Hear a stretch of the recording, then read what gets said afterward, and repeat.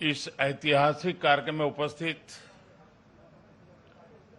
मंत्रिपरिषद के मेरे साथी श्री अमित शाह, श्री हरदीप पुरी जी, मंत्रिमंडल के अन्य सदस्य, आईएन के सभी ट्रस्टी, एनडीएमए के सभी सदस्यगण, jury members, NDRF, coast guards और आईएमडी के डायरेक्टर जनरल, आपदा प्रबंधन पुरस्कारों के सभी विजेता साथी, अन्य सभी महानुभाव, भाइयों और बहनों, भारत मां के वीर सपूत नेताजी सुभाष चंद्र बोस की 125वीं जन्म जयंती पर पूरे देश की तरफ से मैं आज कोटि कोटि नमन करता हूं। ये दिन ऐतिहासिक है। ये कालखंड भी ऐतिहासिक है और ये स्थान जहां हम सभी एकत्रित हैं वो भी ऐतिहासिक है।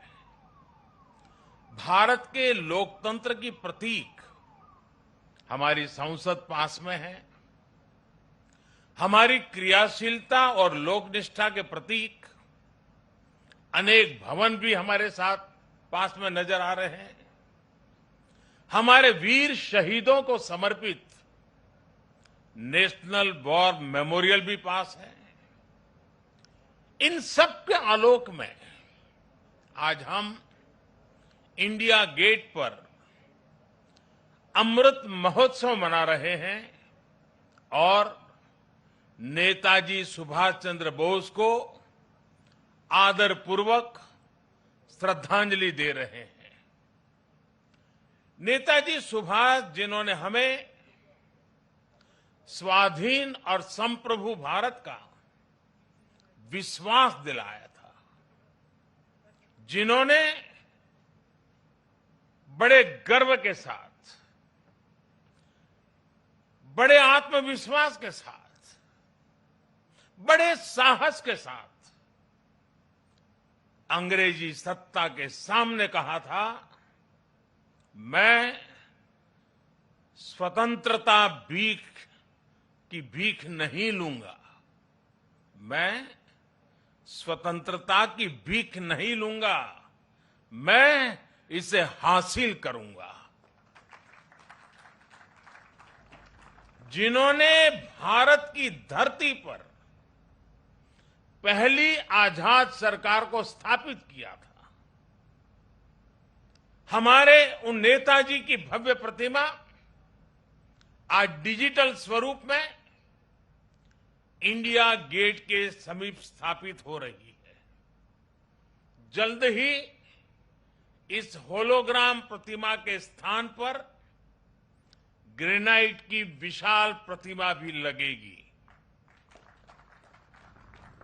ये प्रतिमा आजादी के महानायक को कृतज्ञ राष्ट्र की श्रद्धांजलि है। नेताजी सुभाष की ये प्रतिमा हमारी लोकतांत्रिक संस्थाओं को, हमारे पीढ़ियों को राष्ट्रीय कर्तव्य का बोध कराएगी, आने वाली पीढ़ियों को, वर्तमान पीढ़ी को निरंतर प्रेरणा देती रहेगी। साथियों, पिछले साल से देश ने नेताजी की जयंती को पराक्रम दिवस के रूप में मनाना शुरू किया है। आज पराक्रम दिवस के अवसर पर सुभाष चंद्र बोस आपदा प्रबंधन पुरस्कार भी दिए गए हैं। नेताजी के जीवन से प्रेरणा लेकर ही इन पुरस्कारों को देने की घोषणा की गई थी।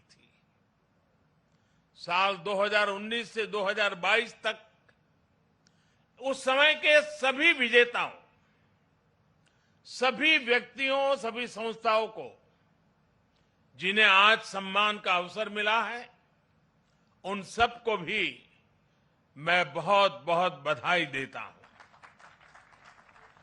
साथियों, हमारे देश में आपदा प्रबंधन को लेकर जिस तरह का रवैया रहा था, उस पर एक कहावत बहुत सटीक बैठती है। जब प्यास लगी तो कुआं खोदना। और जिस मैं काशी क्षेत्र से आता हूं, वहां तो एक और भी कहावत है। वो कहते हैं, भोज गड़ी कोहड़ा रोपे। यानी जब भोज का समय आ गया तो कोहड़े की सब्जी उगाने लगना। यानी जब आपदा सिर पर आ जाती थी तो उससे बचने के उपाय खोजे जाते थे। इतना ही नहीं, एक और हैरान करने वाली व्यवस्था थी जिसके बारे में कम ही लोगों को पता है। हमारे देश में वर्षों तक आपदा का विषय एग्रीकल्चर डिपार्टमेंट के पास रहा था। इसका मूल कारण यह था कि बाढ़, अतिवृष्टि, ओले गिरना, ऐसी जो स्थितियां पैदा होती थी, उसे निपटने का जिम्मा, उसका संबंध कृषि मंत्रालय से आता था। देश में आपदा प्रबंधन ऐसे ही चलता रहता था। लेकिन 2001 में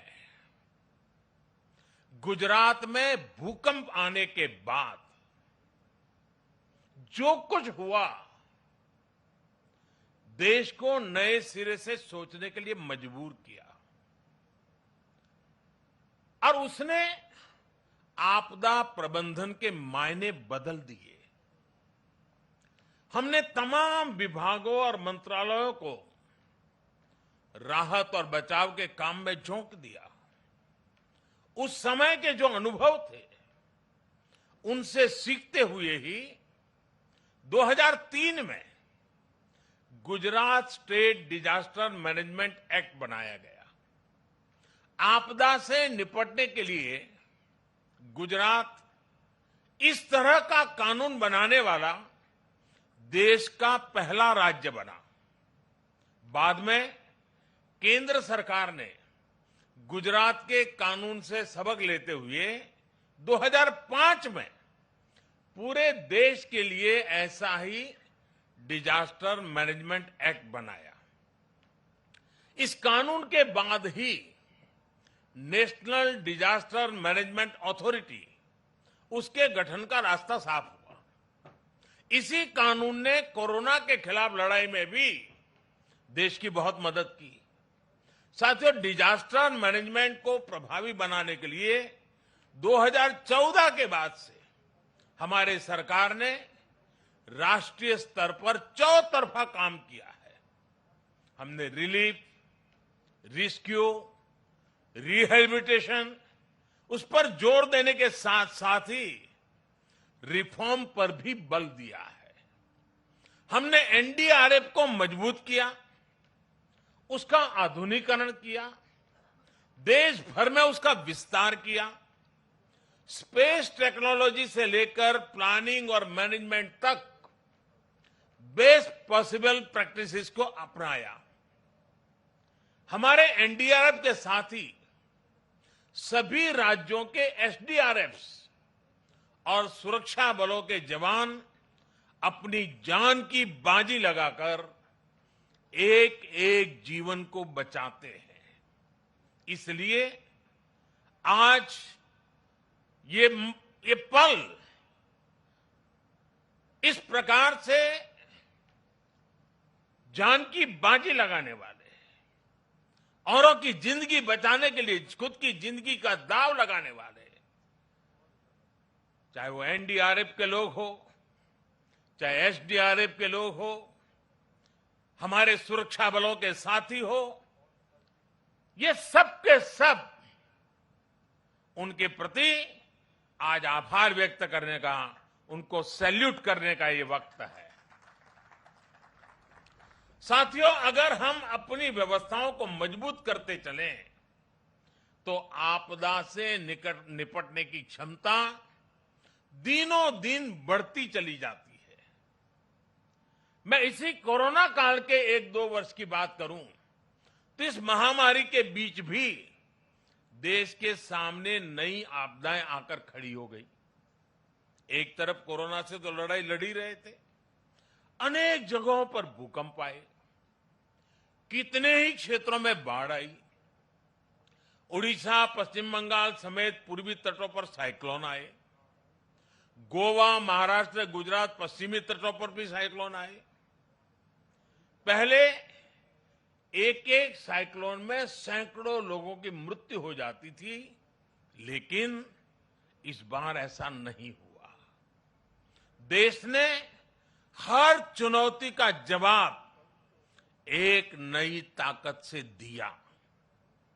इसी वजह से इन आपदाओं में हम ज्यादा से ज्यादा जीवन बचाने में सफल रहे। आज बड़ी बड़ी अंतर्राष्ट्रीय एजेंसियां भारत के इस सामर्थ्य, भारत में आए इस बदलाव की सराहना कर रही है। आज देश में एक ऐसा end to end cyclone response system है जिसमें केंद्र, राज्य, स्थानीय प्रशासन और सभी एजेंसियां एक साथ मिलकर के काम करती हैं। बाढ़, सूखा, साइक्लोन, इन सभी आपदाओं के लिए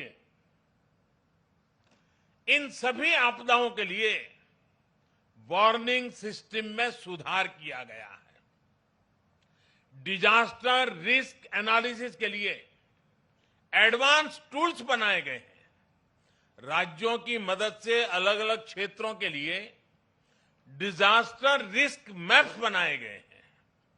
इसका लाभ सभी राज्यों को, सभी स्टेक होल्डर्स को मिल रहा है।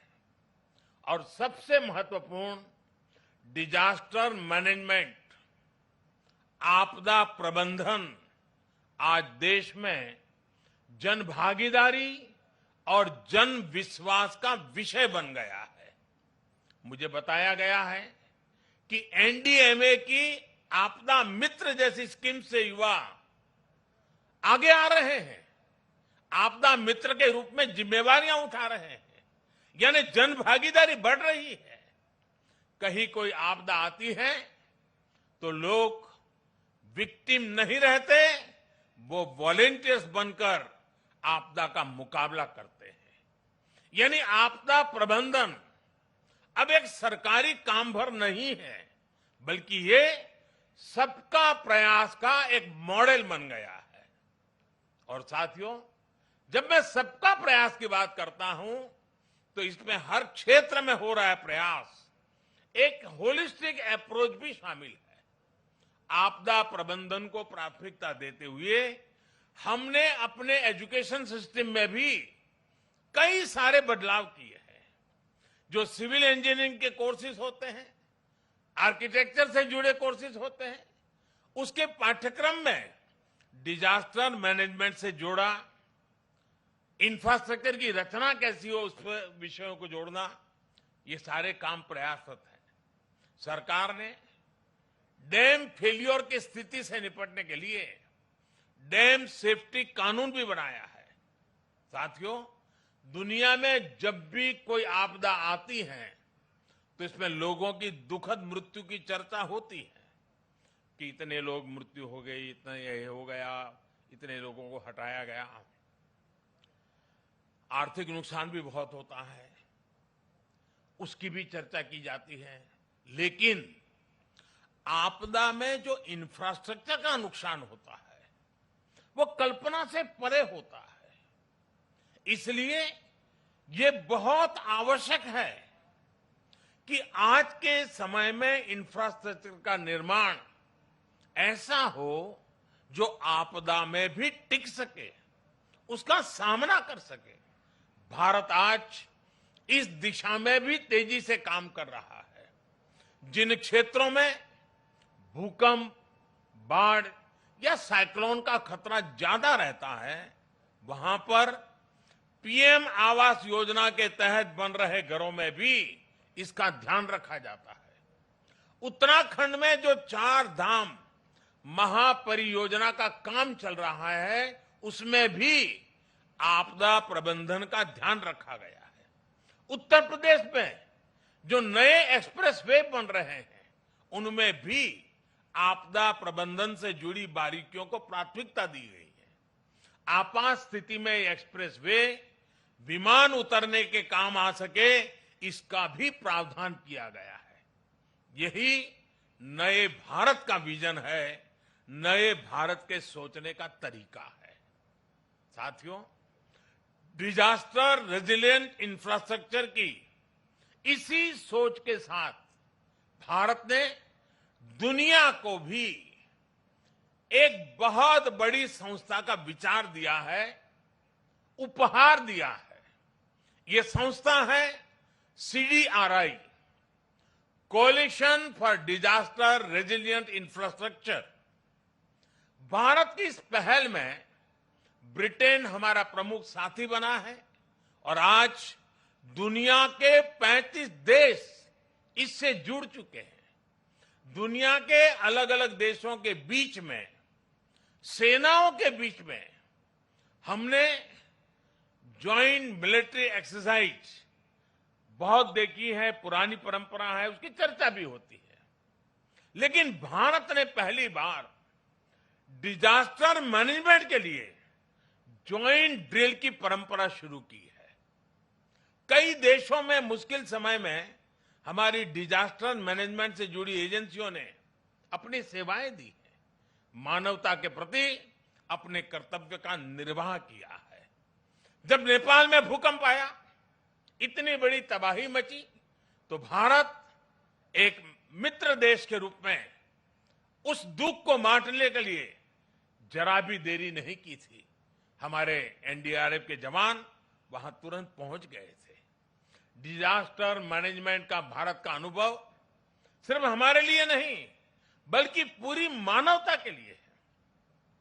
आप सभी को याद होगा, 2017 में भारत ने साउथ एशिया जियो स्टेशनरी कम्युनिकेशन सैटेलाइट को लॉन्च किया था।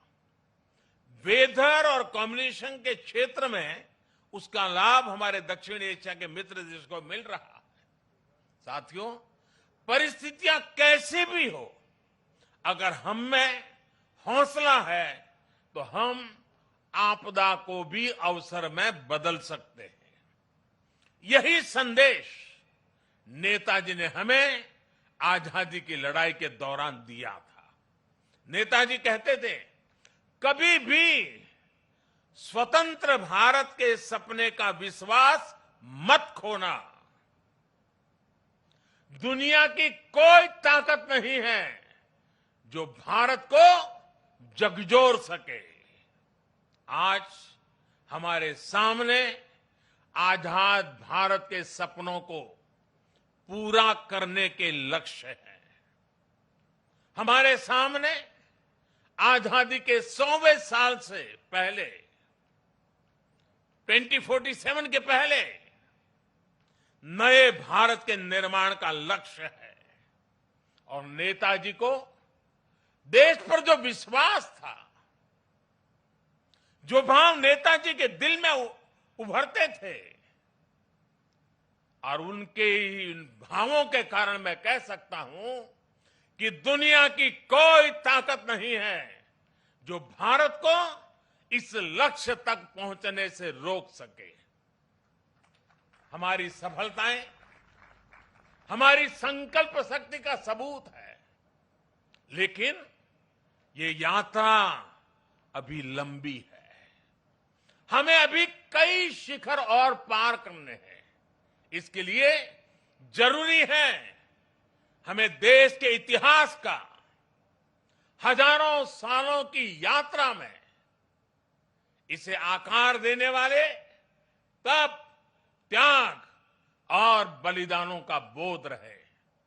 भाइयों और बहनों, आजादी के अमृत महोत्सव का संकल्प है कि भारत अपनी पहचान और प्रेरणाओं को पुनर्जीवित करेगा। ये दुर्भाग्य रहा कि आजादी के बाद देश की संस्कृति और संस्कारों के साथ ही अनेक महान व्यक्तित्वों के योगदान को मिटाने का काम किया गया। स्वाधीनता संग्राम में लाखों लाख देशवासियों की तपस्या शामिल थी, लेकिन उनके इतिहास को भी सीमित करने की कोशिश हुई। लेकिन आज आजादी के दशकों बाद देश उन गलतियों को डंके की चोट पर सुधार रहा है, ठीक कर रहा है। आप देखिए, बाबा साहब आंबेडकर से जुड़े पंच तीर्थों को देश उनकी गरिमा के अनुरूप विकसित कर रहा है। स्टैच्यू ऑफ यूनिटी आज पूरी दुनिया में सरदार वल्लभ भाई पटेल के यशगान की तीर्थ बन गई है। भगवान बिरसा मुंडा की जयंती को जनजातीय गौरव दिवस के रूप में मनाने की शुरुआत भी हम सब ने कर दी है।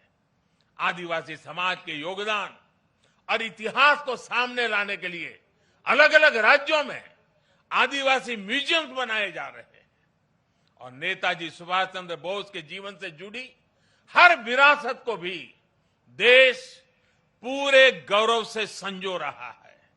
नेताजी द्वारा अंडमान में तिरंगा लहराने की 75वीं वर्षगांठ पर अंडमान के एक द्वीप का नाम उनके नाम पर रखा गया है। अभी दिसंबर में ही अंडमान में एक विशेष संकल्प स्मारक नेताजी सुभाष चंद्र बोस के लिए समर्पित की गई है। ये स्मारक नेताजी के साथ साथ इंडियन नेशनल आर्मी के उन जवानों के लिए भी एक श्रद्धांजलि है जिन्होंने आजादी के लिए अपना सर्वस्व न्योछावर कर दिया था। ये मेरा सौभाग्य है कि पिछले वर्ष आज के ही दिन मुझे कोलकाता में नेताजी के पैतृक आवास भी जाने का अवसर मिला था। जिस प्रकार से वो कोलकाता से निकले थे, जिस कमरे में बैठकर वो पढ़ते थे, उनके घर की सीढ़ियां, उनके घर की दीवारें, उनके दर्शन करना, वो अनुभव शब्दों से परे है।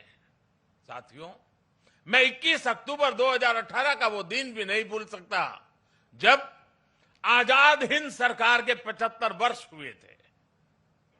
लाल किले में हुए विशेष समारोह में मैंने आजाद हिंद की कैप पहनकर तिरंगा फहराया था। वो पल अद्भुत था, वो पल अविस्मरणीय है। मुझे खुशी है कि लाल किले में ही आजाद हिंद फौज से जुड़े एक स्मारक पर भी काम किया जा रहा है। 2019 में 26 जनवरी की परेड में आजाद हिंद फौज के पूर्व सैनिकों को देखकर मन जितना प्रफुल्लित हुआ, वो भी मेरी अनमोल स्मृति है। और इससे भी मैं अपना सौभाग्य मानता हूं कि हमारी सरकार को नेताजी से जुड़ी फाइलों को सार्वजनिक करने का अवसर मिला। साथियों, नेताजी सुभाष कुछ ठान लेते थे तो फिर उन्हें कोई ताकत रोक नहीं सकती थी। हमें नेताजी सुभाष की can do, will do spirit से प्रेरणा लेते हुए आगे बढ़ना है। वो ये जानते थे, तभी ये बात हमेशा कहते थे, भारत में राष्ट्रवाद ने ऐसी सृजनात्मक शक्ति का संचार किया है जो सदियों से लोगों के अंदर सोई पड़ी थी। हमें राष्ट्रवाद भी जिंदा रखना है, हमें सृजन भी करना है और राष्ट्र चेतना को जागृत भी रखना है। मुझे विश्वास है कि हम मिलकर भारत को नेताजी सुभाष के सपनों का भारत बनाने में सफल होंगे। आप सभी को एक बार फिर पराक्रम दिवस की बहुत बहुत शुभकामनाएं देता हूं और मैं आज एनडीआरएफ, एसडीआरएफ के लोगों को भी विशेष रूप से बधाई देता हूं, क्योंकि बहुत छोटे कालखंड में उन्होंने अपनी एक पहचान बना दी है।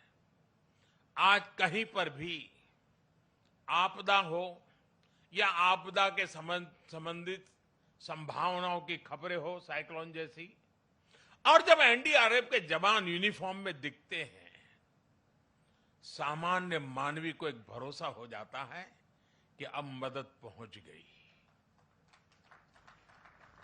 इतने कम समय में किसी संस्था और इसके यूनिफॉर्म की पहचान बनना, यानी जैसे हमारे देश में कोई तकलीफ हो और सेना के जवान आ जाएं, तो सामान्य मानवी को संतोष हो जाता है, भाई बस अब ये लोग आ गए हैं। वैसा ही आज एनडीआरएफ और एसडीआरएफ के जवानों ने अपने पराक्रम से ये करके दिखाया है। मैं पराक्रम दिवस पर नेताजी का स्मरण करते हुए मैं एनडीआरएफ के जवानों को, एसडीआरएफ के जवानों को, उन्होंने जिस काम को जिस करुणा और संवेदनशीलता के साथ उठाया है, बहुत बहुत बधाई देता हूं, उनका अभिनंदन करता हूं। मैं जानता हूं इस आपदा प्रबंधन के काम में इस क्षेत्र में काम करने वाले कईयों ने अपने जीवन भी बलिदान दिए हैं। मैं आज ऐसे जवानों को भी श्रद्धांजलि देता हूं जिन्होंने किसी की जिंदगी बचाने के लिए अपनी जिंदगी दांव पर लगा दी थी।